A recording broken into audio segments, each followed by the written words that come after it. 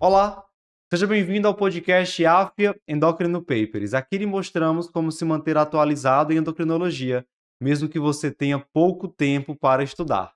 Eu sou Ícaro Sampaio. Eu sou Eric Trovão. E o tema hoje é Recomendações da ADA 2026 sobre manejo da obesidade em pessoas com diabetes.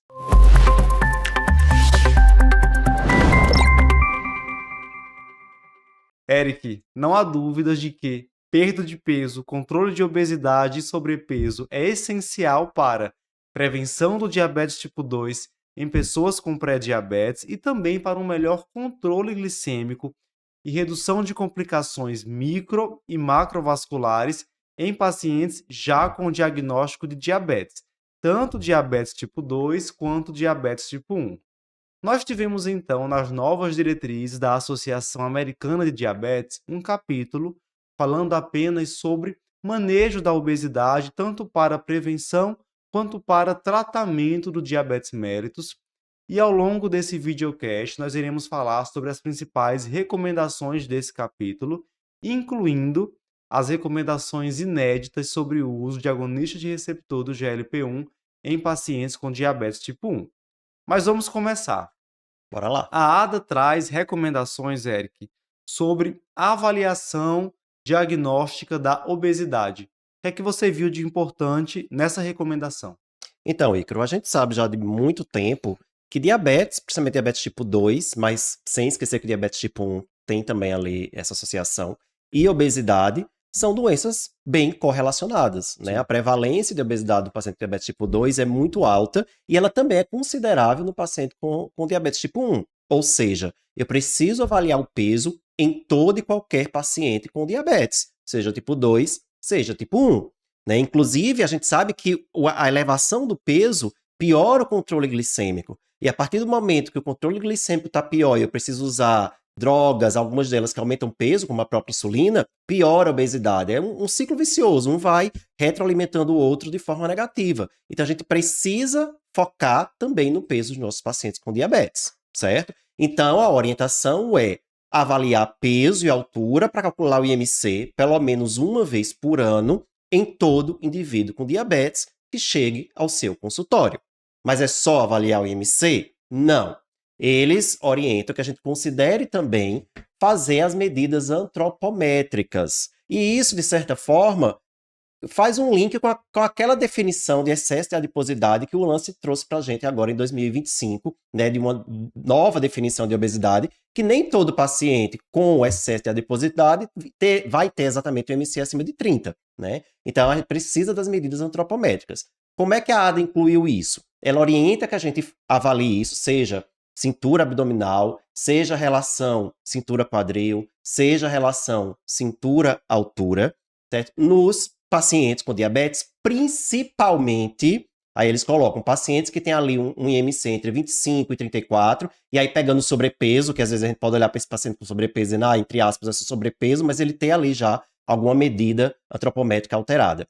E ele bota também algumas etnias que não cabem muito pra gente, que é o pessoal ali do sul da Ásia, né, que teria uma propensão maior, não tem um IMC tão elevado, mas já tem uma superfície abdominal aumentada, e aí a gente diagnosticar o excesso de adiposidade só seguindo essas medidas.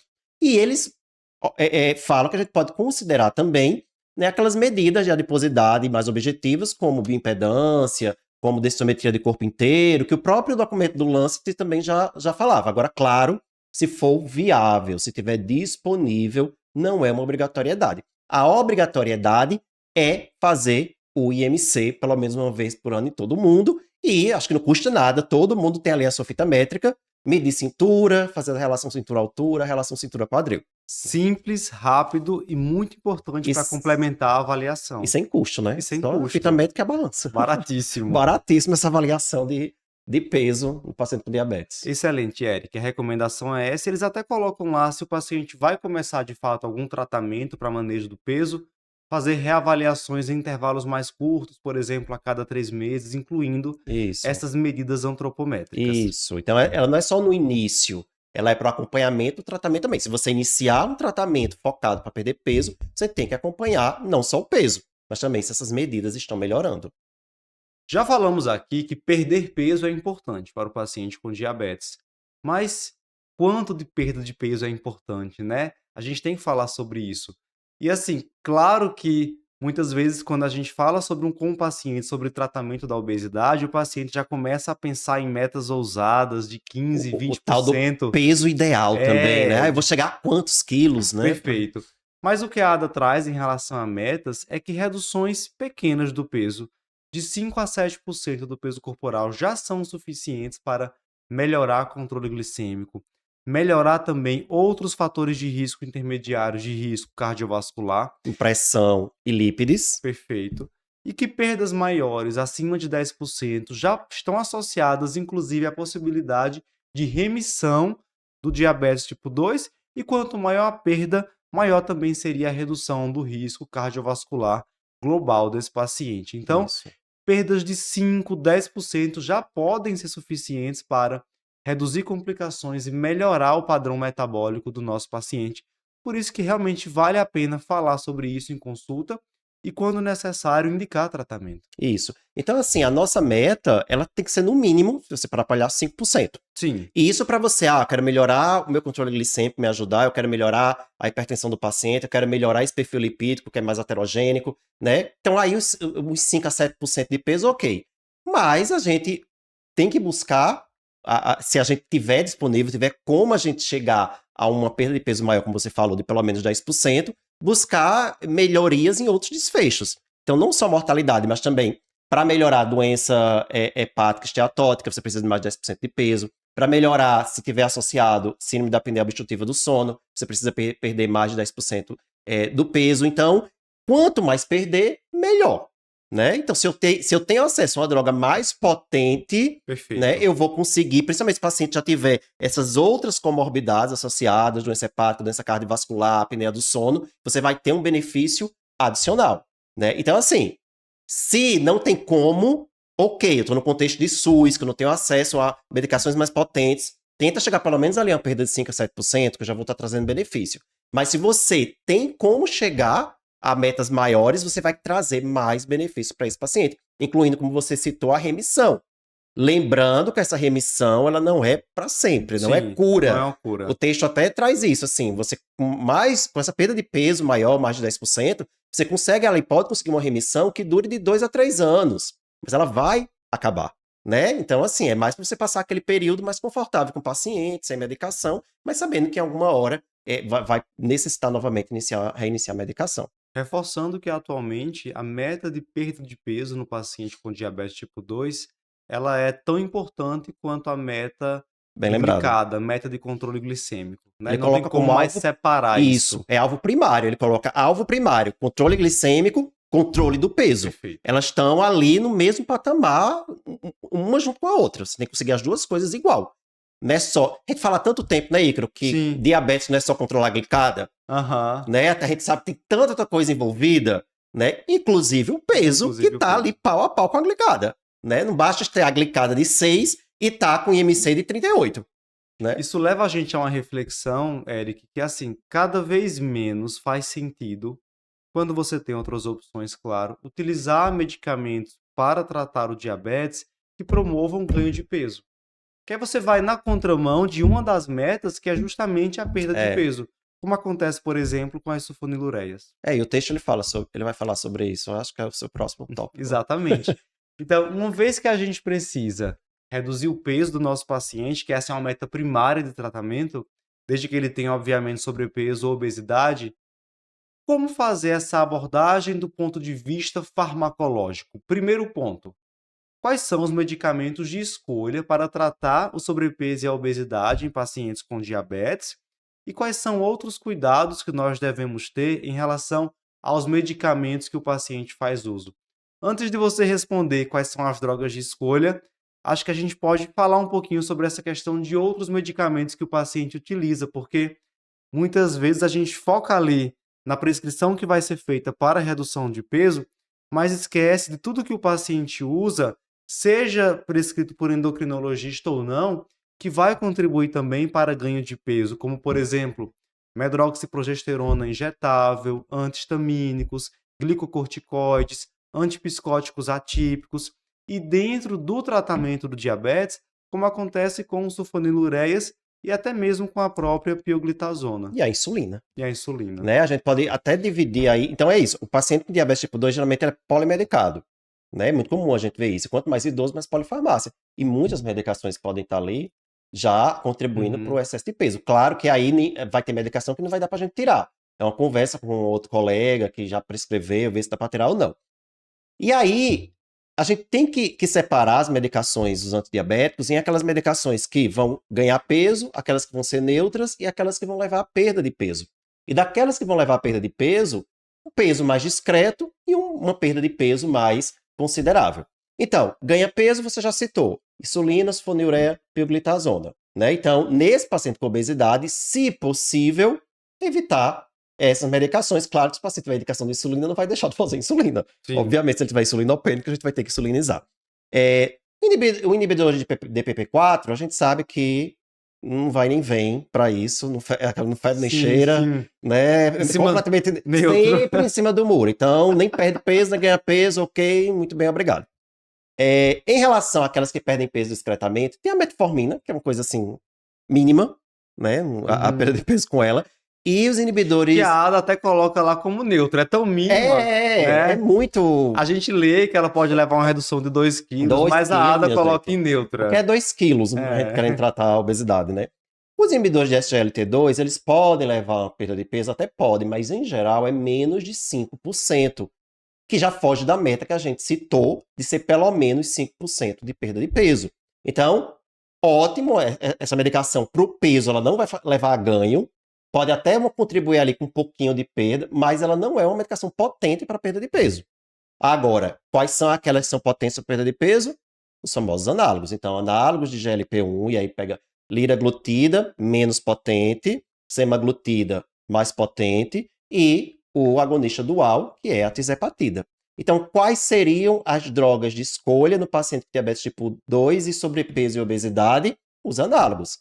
Né? De preferência, a semaglutida, quando a gente fala de análogo de GLP-1, porque ela tem uma potência maior na perda de peso do que a liraglutida, e a tirzepatida, que é a agonista dual, que a gente sabe também que leva a uma perda de peso considerável, e ambas levando também a uma redução importante, significativa da hemoglobina glicada, certo? E ainda com potencial aí, principalmente com a semaglutida, a gente tem vários potenciais aí de melhorar outros desfechos, como doença hepática, doença renal, doença cardiovascular. Então a gente tem outros... Doença vascular periférica. Doença vascular periférica, tem outras vantagens do uso. Eu acho que você trouxe um tópico super importante, Eric. Não é só potência de redução de peso, que já é excelente.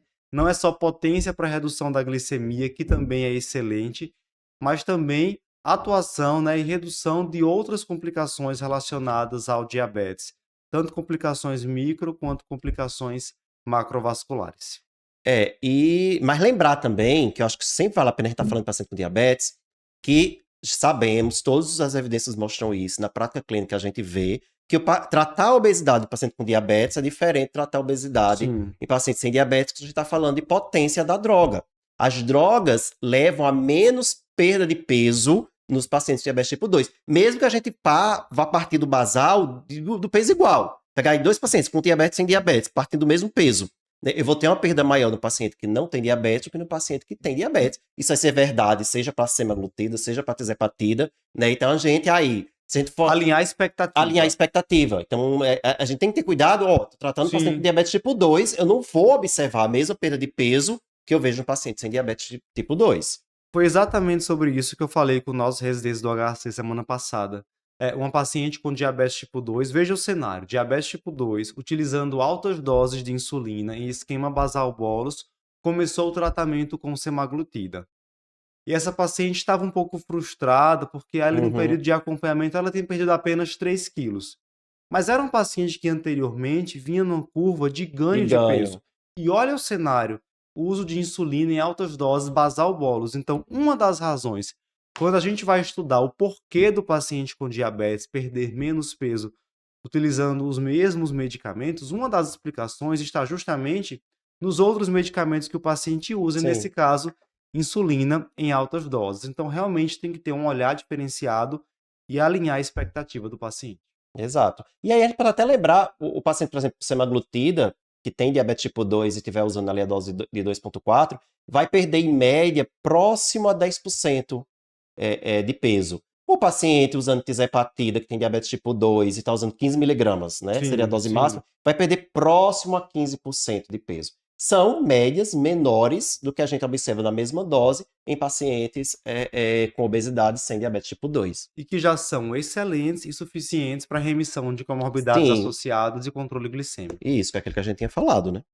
Bem, uma vez iniciado o tratamento farmacológico da obesidade no paciente com diabetes, vem aí uma pergunta importante. Até quando eu vou manter esse tratamento para redução de peso? E como é que fica o segmento do paciente? Quais são outras preocupações que a gente precisa ter? A resposta sobre o até quando manter esse tratamento é simples. A obesidade é uma doença crônica, o sobrepeso é uma condição crônica. Uma vez que o paciente alcançou a meta que a gente tinha como objetivo, a meta inicial, teve melhora glicêmica, teve melhora de comorbidades associadas, ele segue com o medicamento, até mesmo como um tratamento de Manutenção. manutenção. Então, o guideline da ADA fala justamente sobre isso, sobre manter essa terapia para a obesidade como um tratamento de manutenção. Então, quando é que eu vou parar o medicamento? Na verdade, você não vai parar. Claro que sempre caberá uma reavaliação de benefício, de segurança, até mesmo a questão de custo, né? Falando da realidade do nosso paciente, mas num cenário ideal, a orientação seria manter esses medicamentos. Mesma orientação do paciente com obesidade sem diabetes. Sim, Né? Isso, não tem como você começar, o paciente sempre vai perguntar pra gente, eu vou usar até quando? É essa a resposta que a gente tem que dar. Né? Veja, é indefinido, não tem um tempo limite. Né? Ele até coloca no texto que você pode tentar manter na menor dose, tentar reduzir dose e ver se ali, reduzindo dose, mantém o controle glicêmico e mantém o peso controlado, sim, né? Como uma forma até de economizar, de sim. custo. Né? Mas o ideal é você tentar manter mesmo a medicação. Bem, nesse acompanhamento, eles também trouxeram um tópico que eu não tinha lido anteriormente nas diretrizes da ADA, sobre risco de deficiências nutricionais no paciente que está fazendo esse tratamento para a obesidade. A gente tem alguns trabalhos, eles citam esses trabalhos, né, estudo de acompanhamento dos pacientes mostrando que após 12 meses existe uma maior incidência de algumas deficiências nutricionais, inclusive a principal delas, mais comum, deficiência de vitamina D. Então, só ficar atento a essas possíveis carências nutricionais e corrigi-las quando houver indicação. Isso não significa. Lembrando que o paciente com obesidade, por si só, já tem um fator de risco. Já é um fator Sim. de risco para ter deficiência prévia. Uhum, Então, você vai iniciar a medicação, vale a pena ter o basal e acompanhar concordo. a dosagem da vitamina D. Só deixando claro que isso não significa que todo paciente com obesidade que vai começar um tratamento deve receber polivitamínicos, tá? Não, não é isso. Várias reposições, não. É só você ficar atento e rastrear e tratar possíveis deficiências. Isso a gente tá falando. Deficiências. Isso. E a gente tá falando aqui de fazer o rastreio, tudo, a própria ADA diz para você ficar atento, mas isso vai de encontro ao guideline da Endocrine Society de deficiência de vitamina D, que ele diz que não é para fazer rastreio em pacientes com obesidade. Ou seja, você decide qual guideline você vai Sim, seguir, o que é que você sim. vai fazer. Mas tendo cuidado de só repor se for necessário. Decidiu dosar, só vai repor se tiver baixa. E se tiver trouxer benefício aquela reposição para o paciente, né? Então individualize. Muito bem. Mas o que diz a ADA sobre o tratamento da obesidade em pacientes com diabetes tipo 1? Nós temos uma recomendação inédita para esse grupo, inclusive até um certo detalhamento sobre como ficaria o acompanhamento dos pacientes após o início de uma terapia específica para a obesidade. A gente vai discutir isso na versão completa desse videocast e você pode ter acesso na nossa plataforma do curso de atualização em endocrinologia do AFIA Endocrino Papers. Eu e o professor Eric Trovão te esperaremos lá.